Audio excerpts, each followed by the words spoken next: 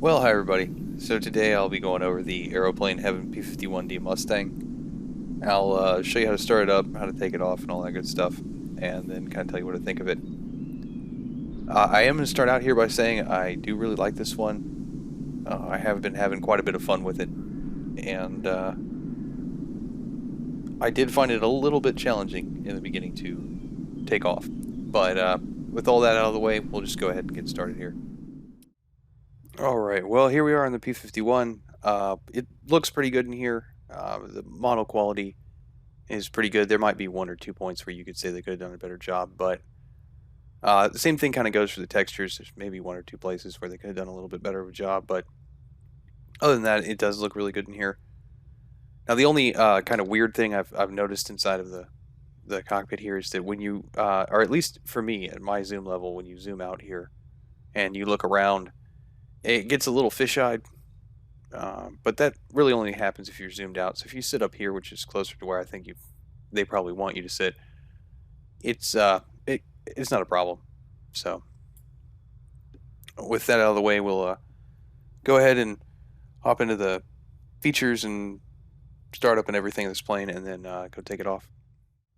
So if you've never had a Aeroplane Heaven plane before, they have a system for hiding most of their features or their extra features.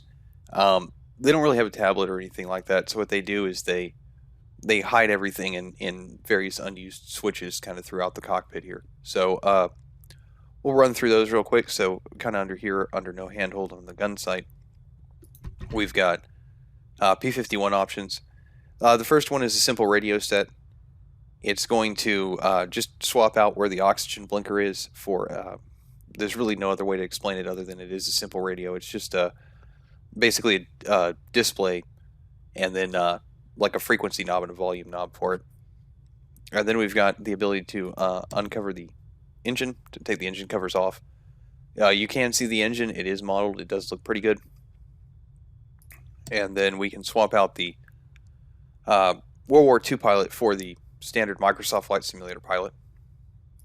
And then moving out here to the wing, we can open up the gun hatch here and expose the 50 cals and the ammo belts and everything. Now, this also happens on the left wing if you want, but you kind of just have to click anywhere, really, this area here, and it'll open them up. Then come over here to the right side of the cockpit. Not exactly sure what this actually is, but when you click on it, it'll swap out the gun sight up there and replace it with a GPS unit.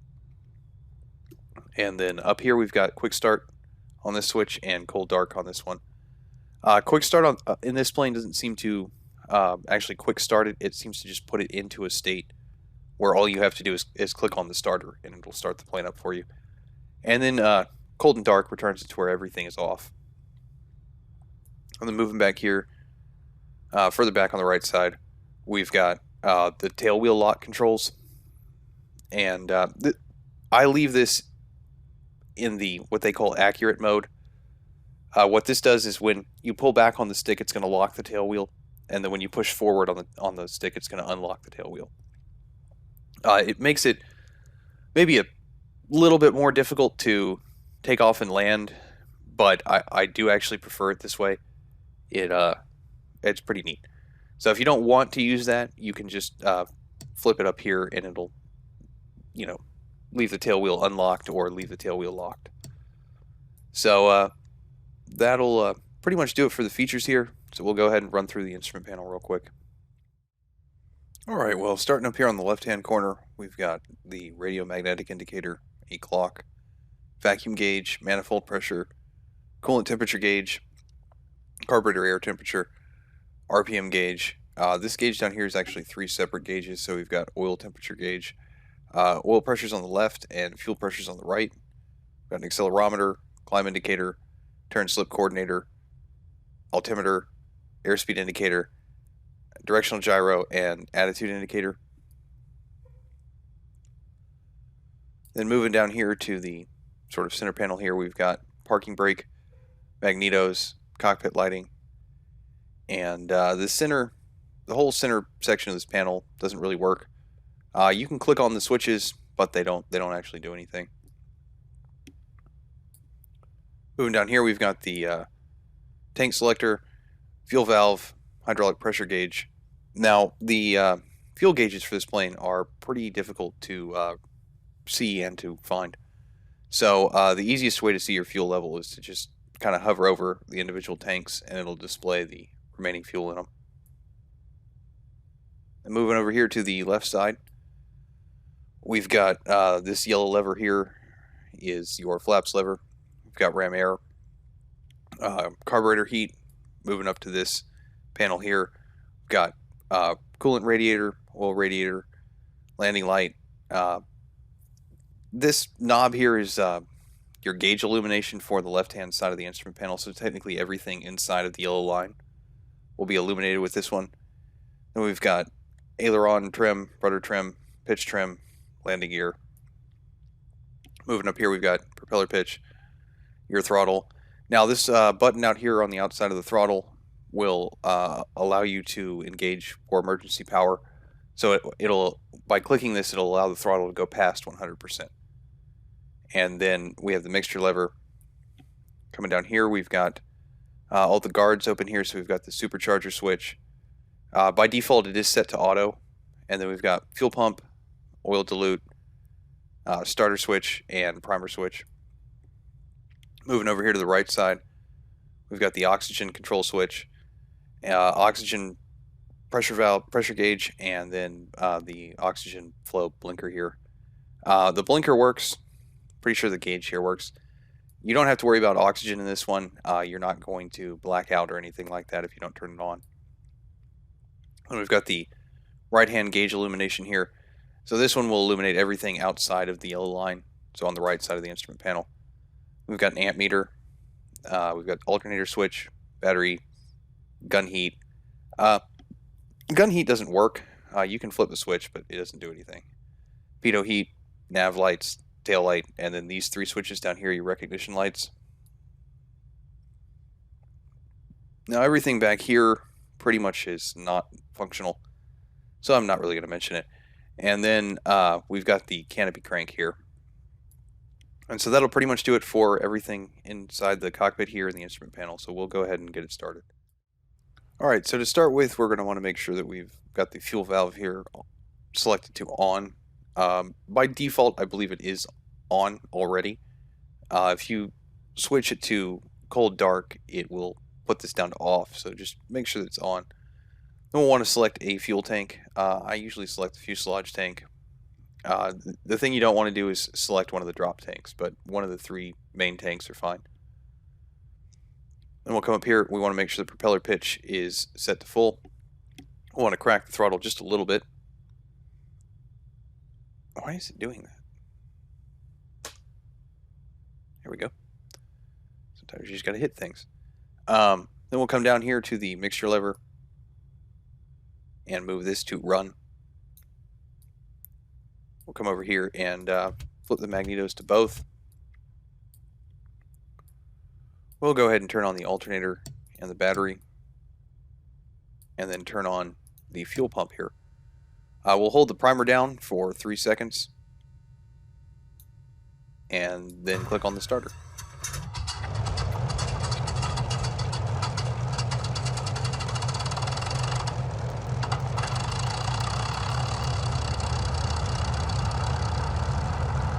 Alright, now that we've got the engine running, come over here to the radiators. We'll want to turn these to automatic.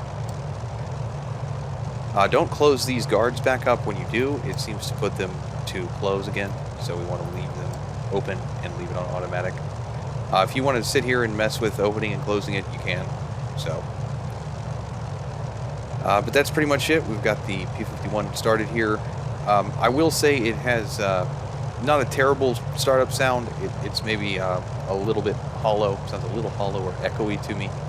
And obviously there are some things missing from how this thing sounds when it really does start up, at least in the cockpit. But overall, I think it's pretty good. So we'll go ahead and get out to the runway here and take it off. Okie dokie. Well, here we are out in the grass today. This might end up being a kind of a lengthy explanation as to how to actually take this plane off. But I'll start by saying that if you are having a lot of trouble with it, one of the things you might want to do is to go into your control options and go down to your rudder settings and adjust the sensitivity percentage or possibly the reactivity percentage of it. I did notice when I first got in here that a little bit of rudder input seemed to translate into a lot of rudder movement, so that might be something that helps you. Either way, this is pretty much a warbird. They're pretty unforgiving on the ground anyway. This one kind of in particular. And it's overpowered, so we're not going to want to, you know, full throttle it off the start or anything like that. And it does seem to be pretty particular in its what kind of rudder input it wants from you, especially between 0 to 50 miles an hour. Now, this is a little bit different than most of the tail draggers I'm at least understand how to fly, which is that it wants you to apply a pretty good amount of back pressure to it to keep the tail wheel grounded from about 0 to 50 miles an hour. Once you've gotten above 50, you're going to want to kind of gently release a little bit of that back pressure, not all of it, but a little bit of it. And it should lift the tail wheel off the ground. And once you've got the tail wheel off the ground, it does become a little bit easier to control, and it's going to allow you to be a little bit more liberal with your rudder inputs. But the other thing about this plane is you probably won't lift off the ground until about 90 to 100 miles an hour, and it's not going to lift itself off the ground. You are pretty much going to have to fly it off the ground. So with that out of the way here, we'll go ahead and take off. Now I'm going to put my flaps down to the second notch here. That's not because you really need to. This is the grass strip here is very long, so I'll need the extra lift. So we'll go ahead and release the park and brake. Go ahead and bring the throttle up. You probably won't start rolling until the manifold pressure gets to about 25, and then we'll want to go all the way up to about 40, and we'll want to pull back on the stick and ground keep the tail wheel grounded, and then we'll keep increasing the throttle and holding the right rudder here, and then the tail wheel should lift off the ground a little bit over 50 or around 50. Keep the back pressure on, and it should just lift off here at about 100 miles an hour. And so we've gotten airborne here, so we'll go ahead and put the gear up and retract the flaps, and then we'll bring the manifold pressure back down to 46. 45 is fine if you don't mind, and then we'll bring the propeller RPM down to about 2,700.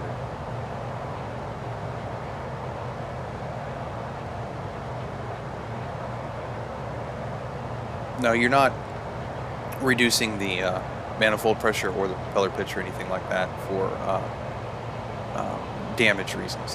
There isn't any damage on this plane, so you won't be damaging anything by leaving it at full throttle if you want. I'm just going to try and fly it a little bit more like the manual says here. So now as far as the plane does fly, I do like it. It does fly pretty well. It's rather predictable, and what I mean by that is it's going to do what you think it's going to do. I will say that I do really like the sort of drag model in this one. When you put the tanks or the bombs on here, more so with the bombs than the tanks, but you will see somewhat of a reduction in speed. At least that's what it kind of appeared to me when I was messing with it. And then you will definitely notice a sort of reduction in your ability to maneuver, so it will become much more sluggish when you're trying to maneuver the plane, especially when rolling it. Now, as far as the bombs do go, they are pretty heavy. They add a lot of weight to the plane, so you're probably going to need a pretty long takeoff run for them. So, you know, keep that in mind when you're picking an airport for this plane.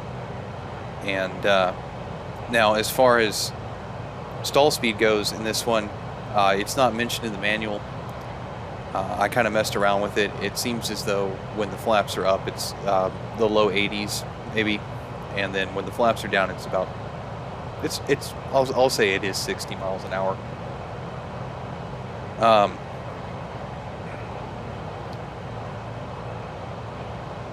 Now, the stall characteristic in here I think is actually pretty good. It does kind of stall right. At least it will kind of put you into a spin. It's not the best I've ever seen, but it's it's not that difficult to recover from a stall if you manage to get yourself into one.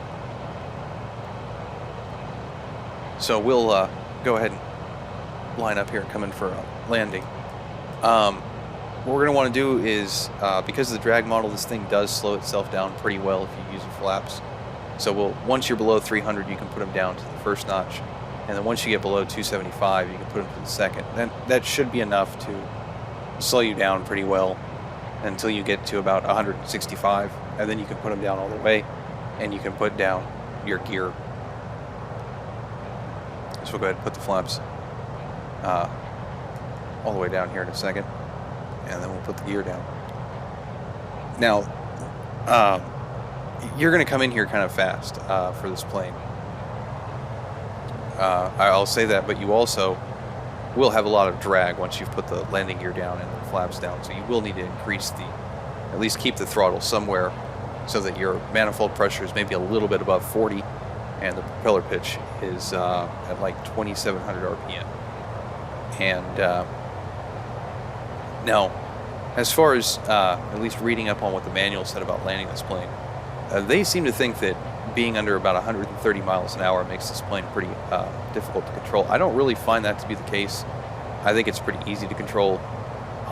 Right now we're only doing about 100 miles an hour, and I'm not really having any trouble controlling it. I will say that the closer that you do get to 60 with the landing gear down, the more likely it is that it's going to stall, and it will stall before 60 with the landing gear down. So they make a point in the manual of saying that you can land this thing at like 120 miles an hour. That seems like just really fast to me. So I'm not going to do that. I'm probably going to try and touch down at about 80 or 90 miles an hour. But we'll come in here at about 100. We're a little over 100 right now. So we're getting over the field here. Go ahead and reduce the throttle. And we'll start to sink down. And we'll pull the stick back to let it flare. And we should just touch down. Now, it does have pretty good brakes, so we'll go ahead and put the brakes on. And we'll push the stick forward, unlock the tail wheel, and turn it around here. Now, I will say that, like I said earlier, as you do get to closer to 60 with the gear down, it probably will stall on you, and it will become more difficult to control the closer you get to 60 miles an hour. But you can land it at 90, 80 miles an hour, and it's fine. Now, as far as the tail wheel control, if you have chosen to use the accurate tail wheel model, or mode, or whatever they call it, I will say that you probably do want to line yourself up on the runway pretty well before you touch down. You're not going to have much ability to steer the plane once it does actually set down. But you know, you can try without. If you are having a lot of trouble with this in terms of taking it off, I would say probably just go ahead and turn crash damage off, or you know, go find yourself a big open field and just land it and take it off from there. Keep practicing it out there. Hopefully you're having a little bit easier of a time landing it than you are taking it off. As far as maybe an airport to kind of practice it at, the only one that is kind of a big giant open field that I can think of is in England. It's what, Middle Wallop?